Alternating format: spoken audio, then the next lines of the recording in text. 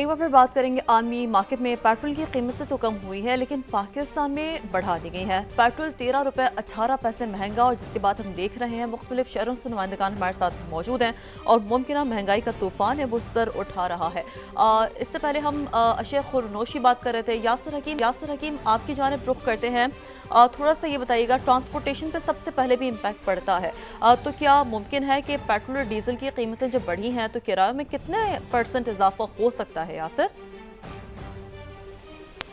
देखें, गुज़िश्ता शाह भी चूँकि पेट्रोल और डीज़ल की कीमतें बढ़ी हैं तो आज सुबह से ही ट्रांसपोर्टर ने रीजनल ट्रांसपोर्ट अथॉरिटी से रब्ता किया और उनसे इस हवाले से इजाज़त तलब किया कि वो किरायों में 5 से 10% इजाफा करना चाहते हैं, क्योंकि जो पेट्रोल और डीज़ल की कीमतों में इजाफा हुआ है उससे उनकी लागत और प्रोडक्शन जो है वो यूजेज बढ़ गई है। इस हवाले से हमारा सेक्रेटरी RTA से रब्ता हुआ, उनका ये कहना था कि ट्रांसपोर्टर की जानिब से रब्ता ज़रूर किया गया है लेकिन सूबाई महकमा ट्रांसपोर्ट की जानिब से अब तक उन्हें कोई डायरेक्शंस मौसूल नहीं हुई। मुमकिन तौर पर कुछ देर में वजारत ट्रांसपोर्ट से उन्हें कोई डायरेक्शंस मौसूल होंगी, जिसके बाद ट्रांसपोर्टरों के साथ बाकायदा तौर पर एक इजलास किया जाएगा और उसी इजलास में किराए बढ़ाने के हवाले से फैसला किया जाएगा। ताहम रीजनल ट्रांसपोर्ट अथॉरिटी के सेक्रेटरी का ये कहना है कि कोशिश की जाएगी कि चूँकि पेट्रोल और डीजल की कीमतों में ज़्यादा बड़ा इजाफा नहीं हुआ, कोशिश की जाएगी कि जो किराए हैं इन्हें इसी सतह पर बरकरार रखा जाए। लेकिन चूँकि ट्रांसपोर्टर्स जो हैं वो अपने साथ कुछ चीज़ें ऐसी लेकर आते हैं, कुछ तोजीहात ऐसी लेकर आते हैं जिनको तस्लीम भी किया जाना ज़रूरी है, तो उसके पेश नज़र 5 से 10% किराए की मंजूरी जो है वो मुमकिन नजर नहीं आती। आप हमारे साथ ही मौजूद रहिए। पेशावर का रुख कर लेते हैं। अब्दुल रहमान यहाँ से हमारे साथ मौजूद हैं। अब्दुल रहमान, पेशावर में जिस तरह से आटे की कीमतों में इजाफा हुआ है, एक तो ये बताइएगा कि कितना इजाफा हुआ है, दूसरा आटा डीलर्स एसोसिएशन इस बारे में क्या कहते हैं कि इसकी वजह क्या है, क्यों आटा महंगा किया जा रहा है? जी, बात यह है कि पेट्रोल, बिजली और गैस, इसकी नरखों में जब भी इजाफा होता है तो इसका बराह रास्त असर जो है वो आम मार्केट पे पड़ता है, जो अशिया खुर्दनोश है उस पर पड़ता है। आटा और गंदम जो कि पंजाब से खैबर पख्तूनख्वा का इन्हिसार है, वहाँ से ऑलरेडी पाबंदी है और बड़ी मुश्किल से जो है सप्लाई होती है, तो उसकी वजह से यहाँ मार्केट में फ्लक्चुएशन जो है कभी ऊपर कभी नीचे। तो 2 दिन पहले जो 2700 रुपये 20 किलो का तेला मिल रहा था वो आज 2800 रुपये तक चला गया है, जबकि परचून में ये मज़ीद भी महंगा है। आटा जो 135 रुपये का था वो 140 और 140 से बढ़कर है। तो ये रामपुरा बाज़ार जो जहाँ इस वक्त हम खड़े हैं, इस यहाँ की सूरत हाल है, ये फ्लक्चुएशन होती रहती है। लेकिन अभी पेट्रोलियम मसनूआत के नरखों में बदल हुआ है, तो कल जो माल आएगा तब पता चलेगा कि ट्रांसपोर्ट किराए में कितना इजाफा हुआ है और इसका असर जो है आटे के फ़ी तेले पे, फ़ी किलो पे कितना पड़ रहा है और आम सारे पे इसका बोझ कितना पड़ रहा है। लेकिन ये बात यकीनी है कि ट्रांसपोर्ट के किरायों में जो है, गुड्स ट्रांसपोर्ट के किरायों में पेट्रोलियम नरखों में इजाफे के बाद जो है वो इजाफा हो जाता है और इसका बराह रास्त असर जो है वो आम सारिफ को मुंतकिल होता है। बिल्कुल तो ऐसा ही है, बराह रास्त असर आम सारिफ को मुंतकिल होता है। बहुत शुक्रिया। मुख्तलिफ शहरों से नुमाइंदगान हमारे साथ मौजूद थे। जो मार्केट की ताज़ा सूरत हाल है, महंगाई के हवाले से जो सूरत हाल है वो भी नाज़रीन को अपडेट कर रहे थे और इसी तमाम तर मामले पर बात करने के लिए डॉक्टर खाकान नजीब साहब माहिर माशियात हमें ज्वाइन कर चुके हैं। डॉक्टर साहब बहुत शुक्रिया समा को वक्त देने के लिए। डॉक्टर साहब, मुमकिन तौर पर महंगाई का तूफ़ान आने को है और बहुत हद तक ये उम्मीद भी की जा सकती है, तवक्को भी की जाती रही है, हुकूमत की जानिब से दावे भी किए जाते रहे हैं कि कोशिश की जाएगी कि जो महंगाई है वो सिंगल डिजिट तक ही रहे, लेकिन आगे कुछ जो आसार है वो ऐसे लग नहीं रहे। डॉक्टर साहब, क्या मामला आगे आप देख रहे हैं? लेट्स ट्राई एंड अंडरस्टैंड कि इस वक्त हो क्या रहा है। एक तो यह है कि एक मिडल ईस्ट कॉन्फ्लिक्ट है, उसने बिल्कुल इंटरनेशनल कीमत को बढ़ाया है और क्योंकि हम इंटरनेशनली अब भी 80-85% डिपेंडेंट हैं इंपोर्टेड एनर्जी पे, 14 से 18 अरब डॉलर का हमारा इंपोर्ट बिल है, सो कीमतें बढ़ी हैं। दूसरी बात ये है कि जो पाकिस्तान है वो एक बहुत बड़ा अपना फिजिकल यानी कि फिजिकल मालियाती खसारा, यानी कि जो हम कमाते हैं और जो खर्च करते हैं वो पूरा करने की कोशिश करता है पेट्रोलियम लेवी पे, इंपोर्ट ड्यूटी पे जो इस वक्त है, पेट्रोल पे भी, डीजल पे भी, और एक तीसरी लेवी भी है जिसको कहते हैं कार्बन लेवी।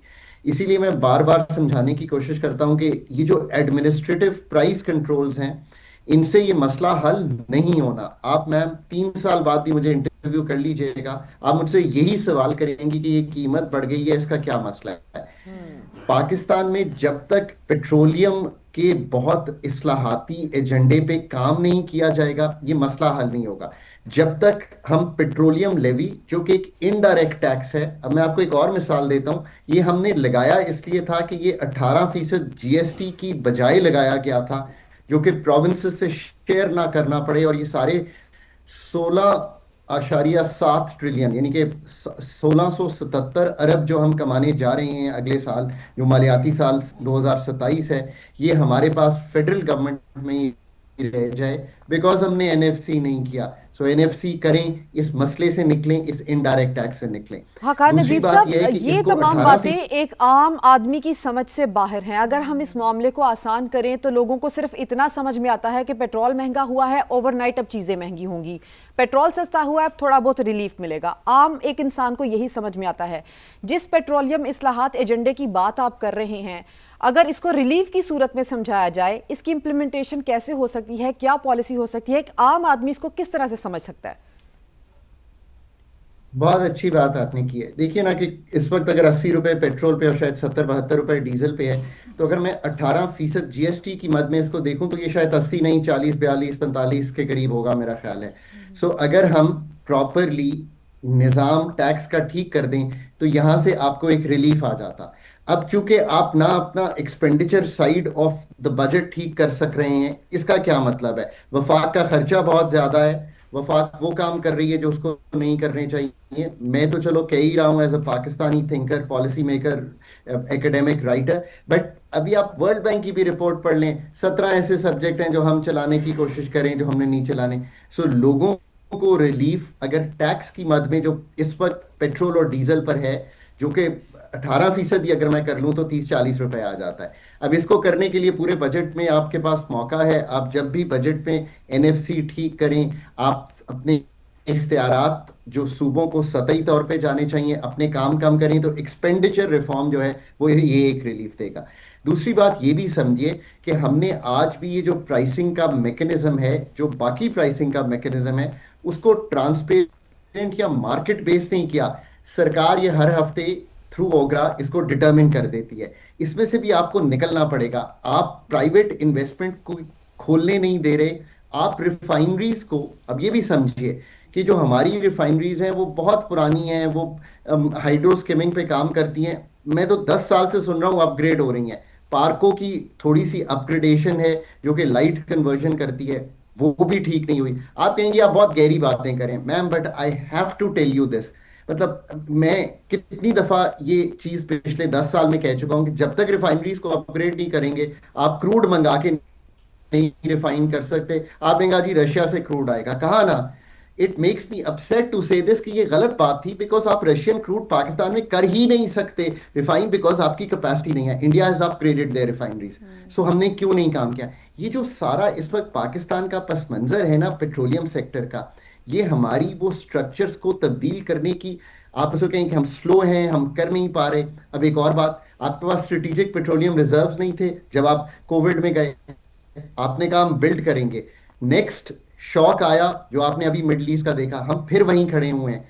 अच्छा, अब आप आगे चलिए। जो सर्कुलर डेट है, मतलब 2008 में पहली दफा इसको 480 अरब था, खत्म किया। आज फिर कह रहे हैं 1700-1800 अरब पावर सेक्टर में है, जो कि रिफ्लेक्ट करता है पेट्रोलियम में भी, बिकॉज नीचे प्राइसेस जब आप खरीदते हैं उन प्राइसेस में और पूरी पेमेंट नहीं करते तो पेट्रोलियम सेक्टर में भी दिखाई देता है। गैस सेक्टर में 1700 अरब 1800 अरब का दिखाई देता है। सो आपने किसी तरह भी मार्केट को वर्क नहीं करने दिया, और एक स्ट्रैंगल होल्ड जो इस वक्त जिसे कहते हैं स्टेट का है, उसमें इसको चलाया। मैं आखिरी बात ये करूंगा, जी जी, पाकिस्तान का जो, जब तक आप इन बुनियादी चीजों पर काम नहीं करेंगे ना, तो एडमिनिस्ट्रेटिव प्राइसेस से ये बात ठीक नहीं होगी। स्टेट को विड्रॉ नहीं करेंगे, कंपटीशन को आने नहीं देंगे। एक मिसाल दे देता हूं, लोग समझ जाएंगे।